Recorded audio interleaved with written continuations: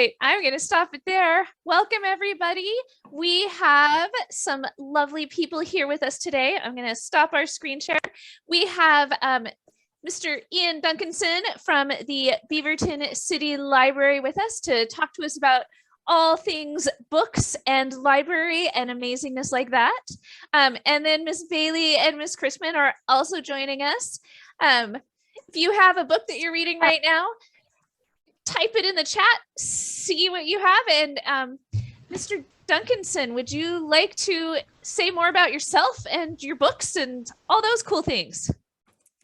Yeah, for sure. Thank you guys so much for inviting me back today, and thank you all for joining me during your lunch break and everything. I know it's great to sometimes it's hard to do other things and eat at the same time. So I really appreciate all of you guys being here, and it's so great for me to be able to connect with people too. Since we're still kind of in the pandemic, and I feel like at least here at the Beaverton Library, we haven't really quite gotten 100% back to normal yet, and it's probably going to be a while before we do. Anyway, so my name is Ian, and I'm from the Beaverton City Library. And I just brought like a few books that I've read recently that I personally really enjoyed to share with you guys, maybe get you guys interested a little bit in it. And before I got started too, I just wanted to mention that starting in December, we are going to be mailing out the library cards for middle and high schools. So these are actually, and now these have changed names now. So they're now the Washington County student access cards, because they're doing it countywide. So every student in Washington County gets a card. So if you do not have a library card yet, you will get one in the mail, and it is good for checking out ebooks, and then also checking out up to 5 physical items at any library. Oh, let me see. Sorry, are you guys hearing me okay? I can I'll try to talk a little bit. I can hear. Somebody was saying that my volume was a little okay. Well, I'll do my best to talk a little bit louder here, guys. I'm sorry. I have my built-in mic. Anyway, so yes, so that library card. If you guys have a student access one from last year, you get to keep that one. That card's still good, and you can check out up to 5 items, like 5 physical books from the library, and then you can also get infinite ebooks with it. And so the awesome thing is that if you guys use Sora to get ebooks, you can combine Sora with the Washington County system and have like one giant ebook library at your fingertips. It's really, really great, and it's super easy to do. All you have to do in the app is go in, and then you go like to the options where it says add library, and you kind of go through the steps there. And so I'm always happy to help with that, and I think your teachers can help with that too. So I have a question for you, Ian. So does that mean if they get their new card, does their username and password change, or are they going to be the same? It should be the same. I think the username and password this year it's still going to be the last 4 digits in your student ID for the password. But yeah, so if you have one from last year, it's obviously going to be the same too, and it'll still be good. So this is basically for new students. Like if you're a new student in the Washington County, in the Beaverton School District, you guys will get a library card this year. So it's a really, really sweet way to check out ebooks, and you don't have to do anything. It just automatically comes to doing everything. And if you have any questions, just let your teacher know, and she can get it. She can ask me too, and I'm happy to help out and like do troubleshooting with the cards. I think last year I did a bunch of them, if I remember correctly. Okay, well, without further ado, I wanted to share some of my books, and like I said, I'll do my best to kind of speak up a little bit. I know that some people were having a little problems with my audio, so I'll try to keep it up. So the first book I brought for you guys today, and this is like one I actually just finished. So this one's called, as you guys can see, and the author's name is Paulo. And she's like one of my current favorite writers, sort of with for middle schoolers these days. So she did one called the Insignificant Events in the Life of a Cactus, and that one was really great. That one was about, and I think there's a sequel to that book too, which I actually have not read yet, but that's about a girl who was born without arms. And this is their newest book that came out this year. And so like I said, it's called Across the Desert. And so this book is about this girl named Jolene, and she's from Phoenix. And she dreams of becoming an explorer or a pilot, and so she idolizes like all of these famous woman stunt pilots. And she watches this one on YouTube who is her age, And the channel is called the Desert Aviator, and so it's this girl named Addie who calls herself Addie Earhart, and she flies an ultralight plane across the desert, and she documents all of her adventures on YouTube, basically for the world to see. And so one day she's watching this live stream of Addie Earhart when Addie's ultralight plane crashes in the desert, and the feed goes black. And so Jolene, who, by the way, Jolene is named after the famous Dolly Parton song, which is an amazing song. If you guys have never heard it before, I encourage you to look it up, Jolene by Dolly Parton. So Jolene decides that she is going to go out into the desert and try to find Addie, because she thinks that, she might need help, and she's having she's having an emergency. She might even be dead. And so she rushes out of her house. She jumps on a bus. And at the bus stop, she meets this other slightly older girl who is going to help her out to find Addie out in the desert. And so this book also kind of goes into some of the stuff that Jolene is going through in her life. Her mom got in a car accident a few years earlier, and so she has a problem. She's addicted to opioid pills. So there's kind of that as like the sort of tragic backdrop to the story. But you get to see Jolene be this really strong character. She learns a lot about exploring. She also learns a lot about desert survival. So one common thread in Jolene's books is that she's really into surviving in the desert. So you learn some tips about surviving in the Arizona desert. I think most of her books are The Canyon's Edge is another really good one that she did. It's all about desert survival. And I think I book talked that one last school year.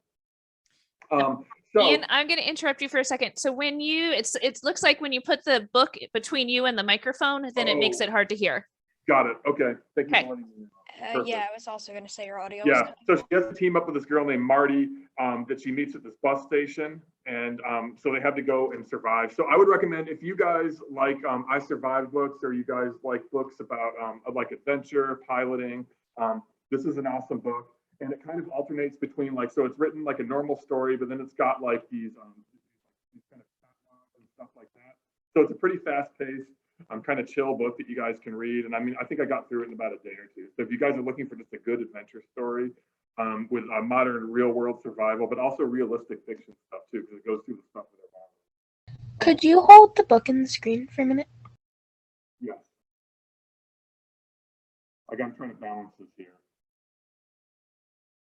And Miss Huber put it in the chat with the link to Sora, which is so helpful. Thank you so much.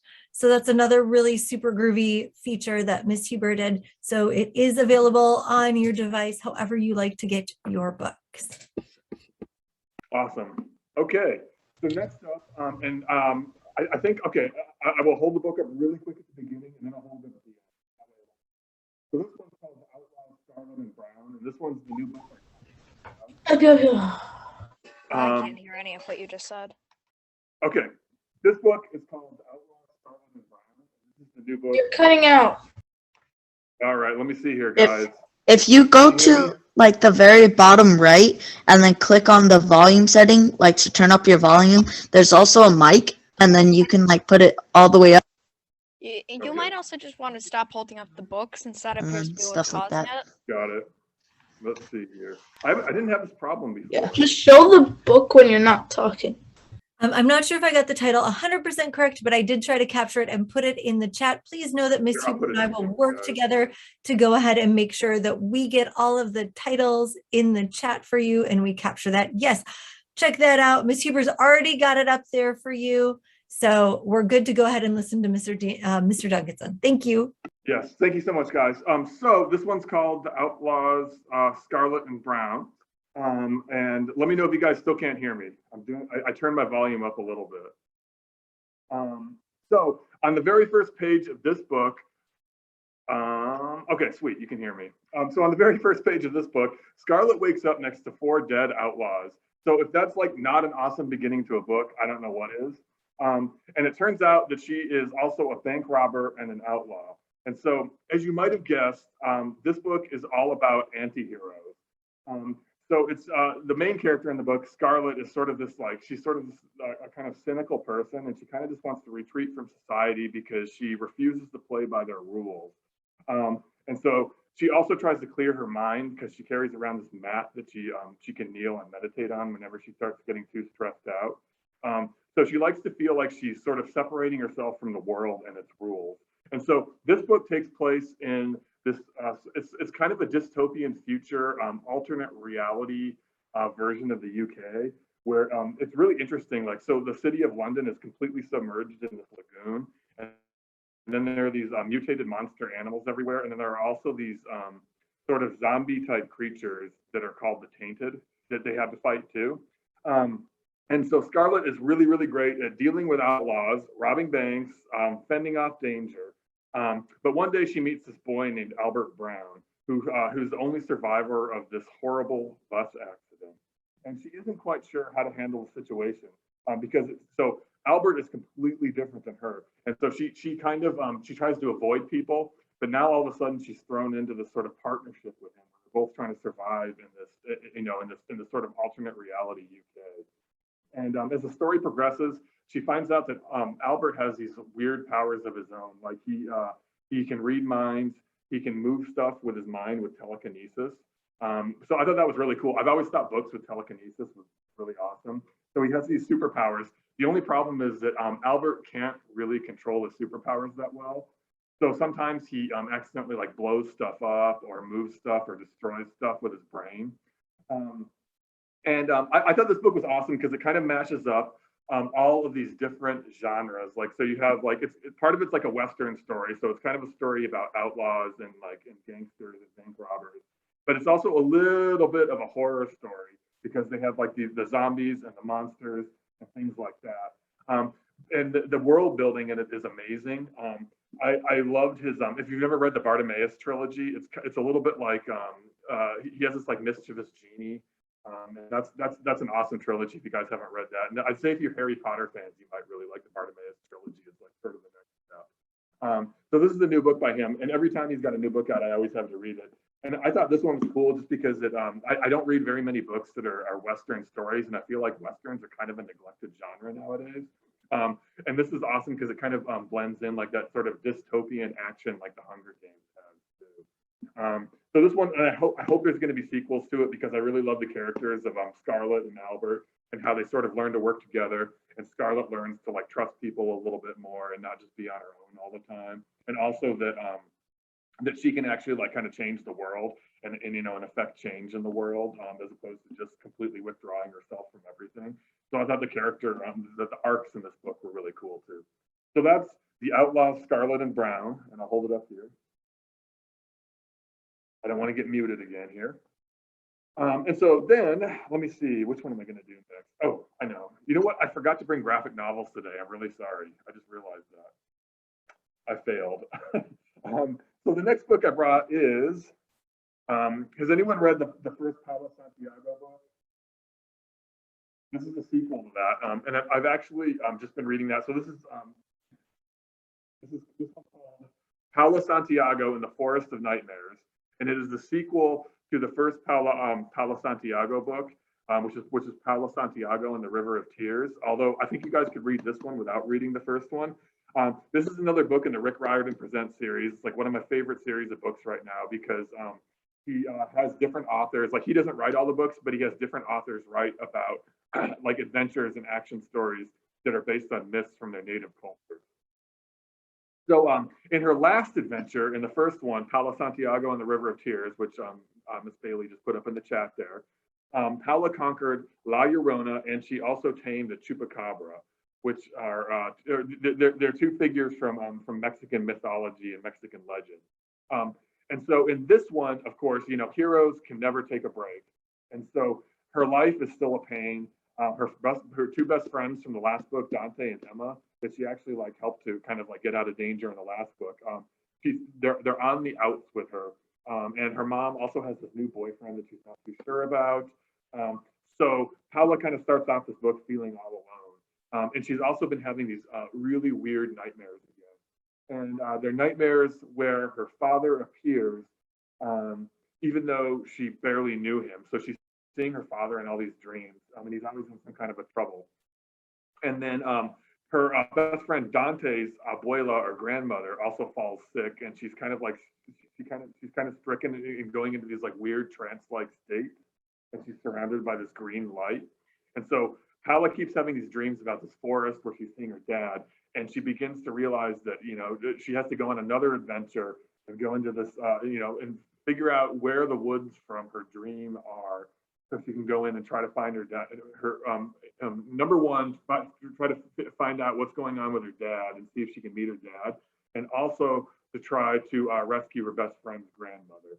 And so she and her friends take a road trip to Oregon. So this book is cool because the first book is set in California where Paulo lives, but then the second one is set in Oregon, which is actually where the author Taylor K. Nagey is from. So the author knows Oregon. Are we gonna meet them? I don't know. Maybe the author. I actually want to get the author to the library. The answer is probably no. But anyway, you can meet them through the book. So she has to go to Oregon. They have a road trip up here, and she has to find the woods that she keeps dreaming about, so she can rescue her best friend's grandmother and also her dad. And of course, the whole way up, she keeps like seeing these ghosts, and they're actually like ghosts of the evil variety, not of the tortured or like, you know, friendly variety. So they're called phantasmas, and they're sort of ghosts from Mexican legend, and so she has to fight them all the way up too. So this is an awesome book. If you guys want to read about Mexican legends, highly recommend this one. And you can start on the first book, or you can jump into the second one, because this book does a pretty good job, I would say, like kind of catching you up at what's going on in the last book. And this one was also awesome for me because I've been learning. I was talking at the beginning, you know, before you guys got here, about how I'm learning Spanish right now. So this one you can learn Spanish words from too. Did someone have anything to ask or any questions? It looks like there's a couple of hands up. Yes. Go for it. Oh, my question referred to the book earlier that you mentioned with all the outlaws or whatever. Yes, go for it. Why is there banks in a dystopian future? Does that mean that there's still a centralized currency? How can it be dystopian if there's still a full currency? It's kind of like to regulate that, there would still have to be a full government. That is not dystopian. It's kind of like outraged. This dystopian future. So I mean, yeah, even in this dystopian future, they need banks to keep their money in. You know? Who monitors the banks, though? That's not how that works. And it looked like Isabella had a question too.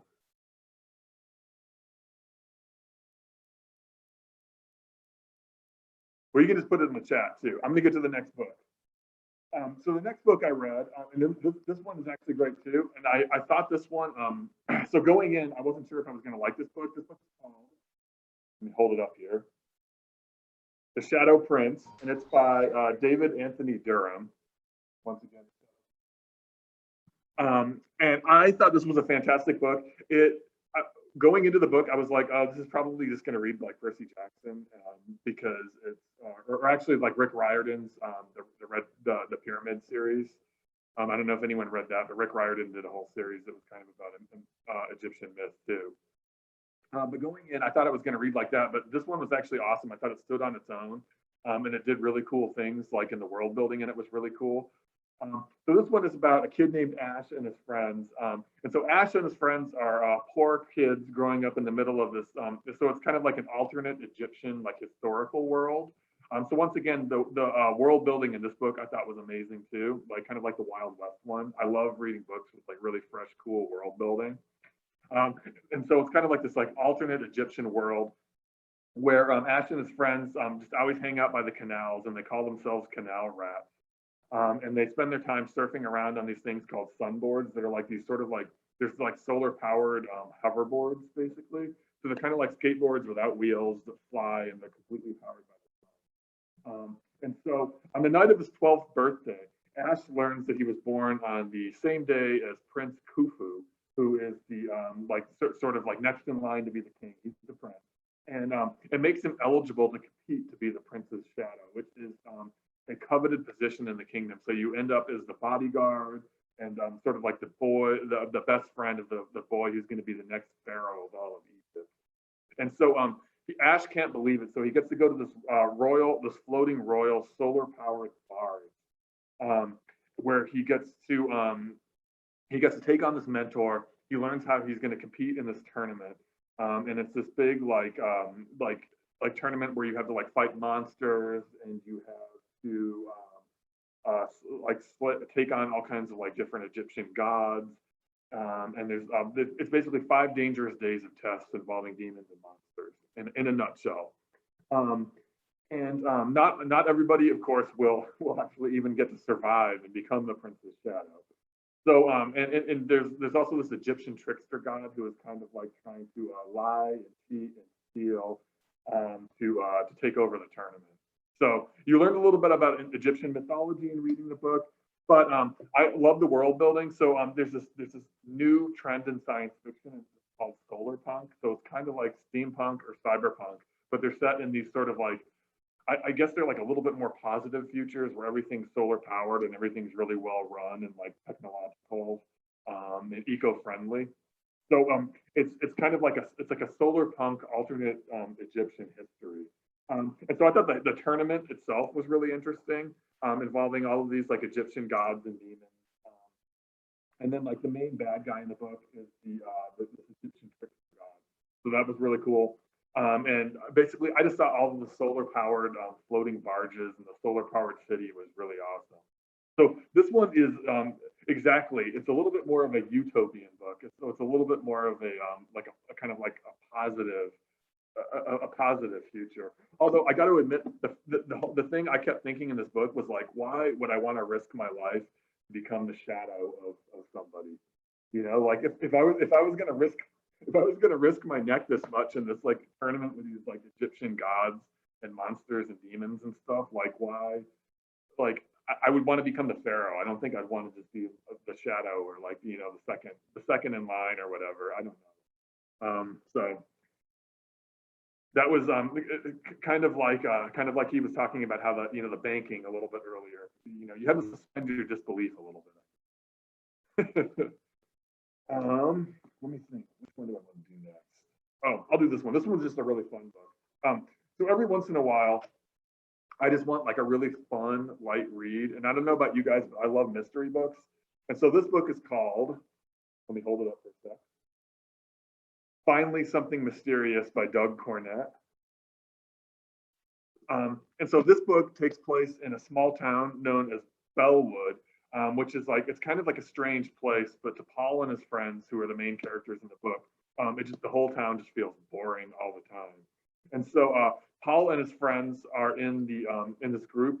They're called the One and Onlys, and they dream of kind of like being like the Scooby-Doo gang a little bit, where they get to go around town solving weird mysteries, unmasking ghosts and everything. But they're really tired of this ordinary town because they're like, we never have good mysteries to solve.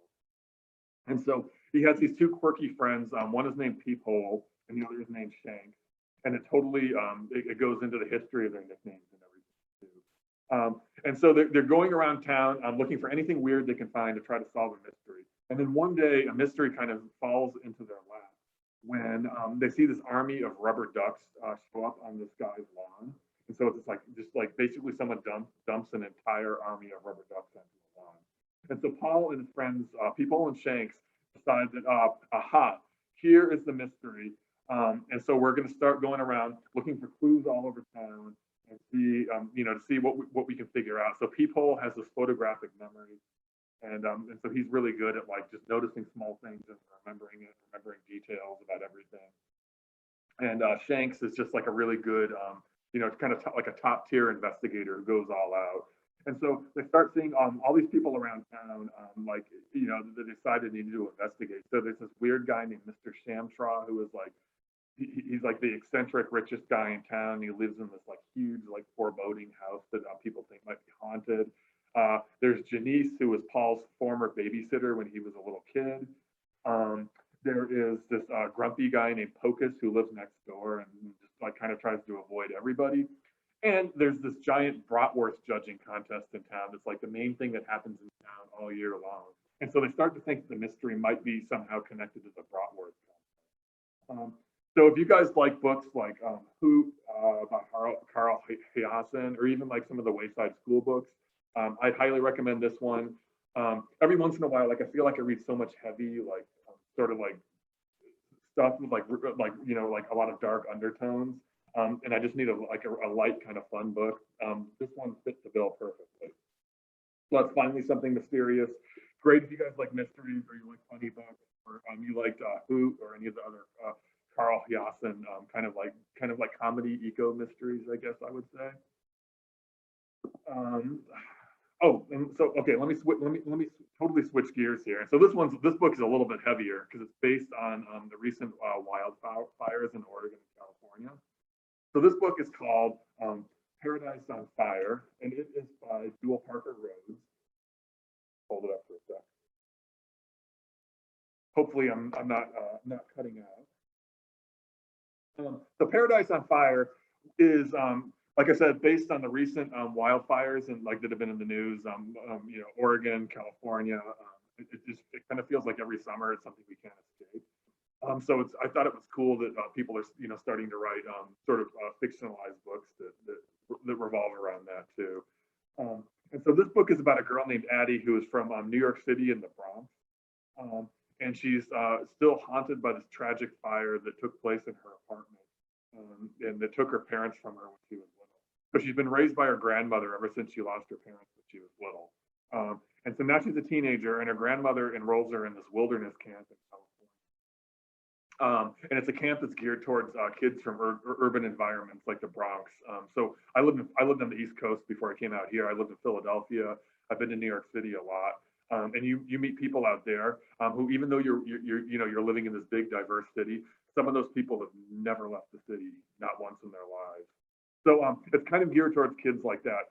So she's Addie, she has this weird hobby where she's always like drawing, sketching out maps of every location she goes to, and sketching out maps of escape routes because she's so traumatized by this fire that she survived when she was a kid.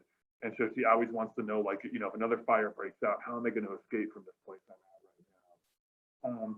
So she goes out there and she's, you know, the first few days at camp are kind of spent like feeling like a fish out of water, where she's hiking around. She's learning how to do stuff on campfires. They have this camp counselor who's kind of like just like a total, like almost like a hippie, a modern hippie outdoorsman, who teaches them all about, like, you know, living outdoors. And everybody's complaining about having to hike everywhere and, you know, not having a subway to take them around. But then pretty soon smoke comes in and they realize that there's wildfires in the area nearby. And so pretty soon they have to put what little survival skills they have to the test to try to survive the wildfires.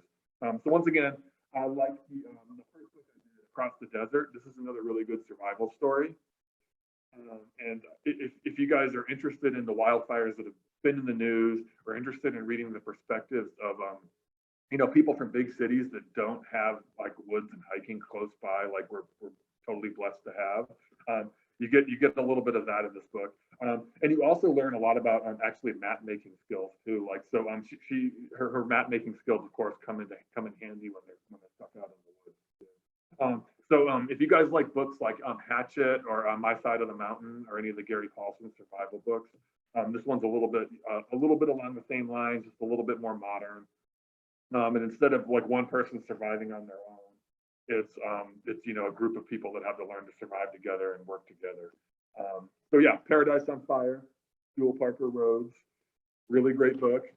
And do I have time Ian, for any more? That's it. That's our time. Oh my gosh, so many good books. Sorry for the technical problems, guys. I did not experience that before. I think it's because I have the computer push. That could be it. Well, anyway, I hope you guys have enjoyed my book shares. And like I said, if you guys have any questions about the library cards that you're going to get, or you need like technical troubleshooting help on any of them, just you know, contact your teacher and she can get a hold of me and I can try to figure out what's going on with your card. Thank you so much for being here, Ian, and thank you all. I don't know if you saw it, we have like lots of readers. They were like super excited in the chat too for a lot of these books, so thank you. Yeah.